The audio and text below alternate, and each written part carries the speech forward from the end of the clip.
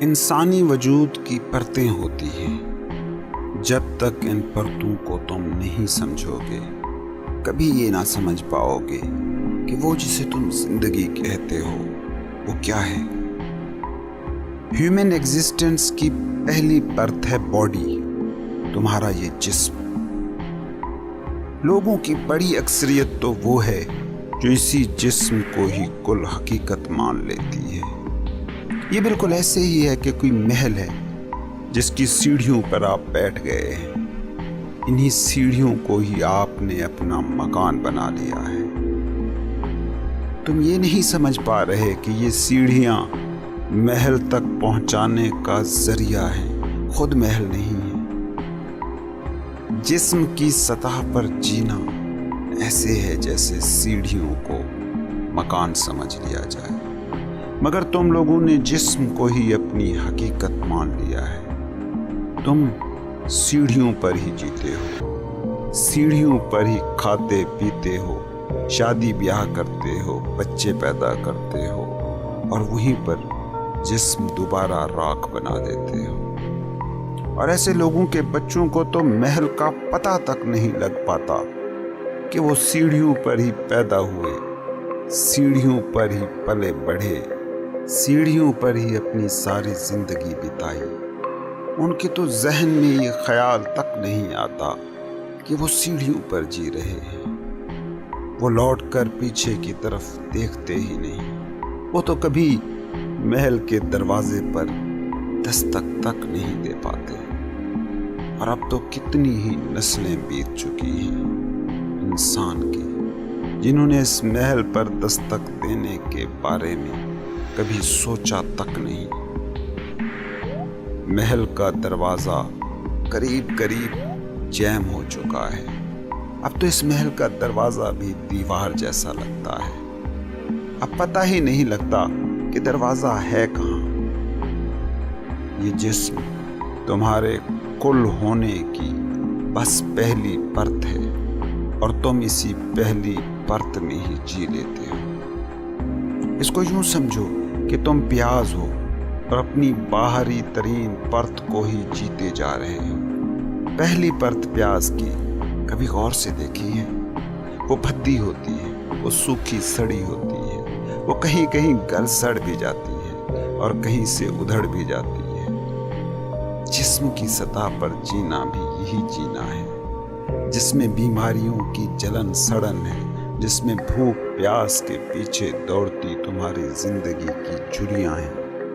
اس باہری پرت سے آئیڈینٹیفیکیشن اتنی گہری ہو چکی ہے کہ تمہیں یہ خیال تک نہیں آتا کہ نیچے بھی تمہاری کئی پرتیں ہیں۔ تم یہ سمجھ ہی نہیں پا رہے ہو کہ جسم تمہارا ہے، تم نہیں ہو۔ پیاز کی باہری پرت پیاز کی ہی ہے، مگر پیاز صرف باہری پرت کا نام نہیں ہے۔ یاد رکھو، جسے تم میرا کہہ سکتے ہو وہ کبھی بھی میں نہیں ہو سکتا۔ میرا گھر ہو سکتا ہے لیکن گھر میں نہیں ہو سکتا۔ میری کار ہو سکتی ہے، میں کار نہیں ہو سکتا۔ میری فیملی ہو سکتی ہے، میں فیملی نہیں ہو سکتا۔ میرا بزنس ہو سکتا ہے، میں بزنس نہیں ہو سکتا۔ میری نوکری ہو سکتی ہے، میں نوکری نہیں ہو سکتا۔ میرا ہاتھ ہو سکتا ہے، میں ہاتھ نہیں ہو سکتا۔ میرا پیر ہو سکتا ہے، میں پیر نہیں ہو سکتا۔ میرا جسم ہو سکتا ہے، میں جسم نہیں ہو سکتا۔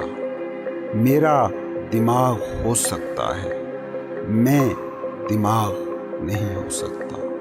اس کو یوں سمجھو کہ اگر کوئی شخص معذور ہے اور اس کا ہاتھ یا پیر نہیں ہے تو کیا وہ اپنے ہونے میں، زندگی کے اپنے تجربے میں ناکامل، نامکمل کہا جا سکتا ہے؟ بینگ کا تعلق ملکیتوں سے نہیں، مالک سے ہے۔ وہ جس کا جسم ہے، وہ جس کا دماغ ہے، وہ ہے بینگ۔ تم جس بھی چیز کو میرا کہہ سکتے ہو وہ تم ہو ہی نہیں سکتے، کیونکہ جیسے ہی تم کہتے ہو میرا گھر، اس میں دو چیزیں ہیں، ایک گھر جو ملکیت ہے، ایک میں جس کی ملکیت ہے۔ اسی طرح جب تم کہتے ہو میرا جسم، اس میں بھی دو چیزیں ہیں، ایک میں، ایک میرا جسم، ایک ملکیت، ایک مالک۔ جو بھی آپ کا ہے وہ آپ کے ہاتھ میں ہو سکتا ہے، آپ کے قابو میں ہو سکتا ہے، مگر وہ آپ نہیں ہو سکتا۔ سوچو نا، کوئی تمہارا ہاتھ کاٹ دے تو بھی تم نہیں کٹو گے، ہاتھ ہی کٹے گا۔ اگر تمہارا جسم ہوتے تو ہاتھ کٹ جانے پر تمہیں یہ لگتا کہ اب تم کچھ کم ہو گئے ہو۔ ایک ہاتھ کٹ گیا، میں اتنا کم ہو گیا، لیکن ہاتھ کٹ جائے، آنکھیں کھو جائیں، کان بند ہو جائیں، پیر معذور ہو جائیں، تمہارے پورے پن میں، مکمل ہونے میں کوئی بھی فرق نہیں پڑتا۔ جسم کمزور ہو جاتا ہے، جسم حادثوں میں معذور ہو جاتا ہے، عضو کٹ جاتے ہیں، مگر تم بھی پورے کے پورے رہتے ہو۔ جوان تھے، 100 کلو وزن تھا، تب بھی تم پورے تھے۔ 1 کلو کے بچے تھے، تب بھی تم پورے تھے۔ 30 کلو کے بستر مرگ پر پڑے بوڑھے ہوتے ہو، تب بھی تم پورے ہی ہوتے ہو۔ شاید یہی وجہ ہے کہ بدصورت سے بدصورت آدمی بھی اپنے اندر خود کو بدصورت نہیں مان پاتا، کیونکہ باطن میں تو سبھی خوبصورت ہوتے ہیں، اور گنہگار سے گنہگار، مجرم سے مجرم انسان بھی اس بات کو تسلیم کرنے پر کبھی تیار نہیں ہو پاتا کہ میں گنہگار ہوں یا مجرم ہوں، کیونکہ برے سے برا انسان بھی اپنے باطن میں موجود نور سے تو جڑا ہی رہتا ہے۔ کبھی تم اور سے دیکھو ان لوگوں کو جو بڑے بڑے جرم کرتے ہیں، وہ بھی یہی کہتے ہیں کہ مجھ سے بھول ہو گئی ہے، لیکن میں کوئی برا آدمی نہیں ہوں، اور وہ سچ ہی کہہ رہے ہوتے ہیں، کیونکہ ان کے باطن میں ایک خدائی مقام ہے، ایک ڈیوائن پوائنٹ، ایک پوائنٹ آف کانشسنس ہے، جس کا برائی سے کوئی لینا دینا نہیں ہوتا، جس کا تمہارے ایکشن سے کوئی لینا دینا نہیں ہوتا۔ برے سے برا انسان بھی اپنے ایکشن کو، اپنے عمل کو غلط، برا کہہ سکتا ہے، مگر خود کو، اپنی بینگ کو برا یا غلط کبھی نہیں کہتا۔ اور یہ ٹھیک ہے، شاید اسے بھی پتہ نہ ہو کہ کیوں اسے ایسا لگتا ہے، لیکن اس میں کوئی ہے جو یہ جانتا ہے کہ وہ برا نہیں ہے۔ کبھی اور کیا؟ روز تمہارے آس پاس میں، ارد گرد میں، گاؤں محلے میں لوگ مرتے ہیں، مگر تمہیں کبھی ایسا نہیں لگتا کہ میں مروں گا۔ اس کے پیچھے ضرور کوئی گہری بات ہونی چاہیے، کیونکہ موت کا کھیل روز ہو رہا ہے، روز اول سے ہو رہا ہے، ہر دم، ہر دن ہو رہا ہے، ارد گرد لوگ مرے جا رہے ہیں، مگر میں کبھی یہ نہیں سوچتا کہ میں مروں گا۔ سبھی مر رہے ہیں، مگر پھر بھی تمہارے اندر کوئی مقام ہے جو موت کے عالمگیر مظہر کے ہونے کے باوجود مرنے کا انکاری ہے۔ کوئی سمجھائے کہ ہر انسان کو مرنا ہے تو تم سن لیتے ہو، مگر تمہارے اندر کوئی ہے جس بات کو مسلسل انکارتا رہتا ہے، کیونکہ اگر یہ مان لیا جائے کہ میں مر جاؤں گا تو تم جی نہ سکو گے۔ جہاں موت اتنی حتمی ہو، جہاں ہر بندہ موت کی قطار میں کھڑا ہو، وہاں زندگی کے ہنگامے کو جی پانا بھلا کیسے ممکن ہے؟ سوچو نا، ہر انسان موت کی طرف ہی بڑھ رہا ہے، مگر پھر بھی ایسے جی رہا ہے کہ جیسے مرنا ہی نہیں ہے۔ اس کا کوئی نہ کوئی تو راز ہوگا، اور جو اس کے پیچھے راز ہے وہ بس اتنا ہے کہ جو بھی تمہارے اندر ہے وہ مرنے والا نہیں ہے۔ تم جسم کے ساتھ جتنے بھی جڑ گئے ہو، جتنے بھی اس کے ساتھ شدت سے آئیڈینٹیفائی ہو گئے ہو، مگر تم پھر بھی جسم نہیں ہو گئے ہو۔ آج بھی جسم کو سب کچھ مان کر جینے والا انسان اپنے جسم کو اپنا جسم کہتا ہے، لیکن کبھی یہ نہیں کہتا کہ میں جسم۔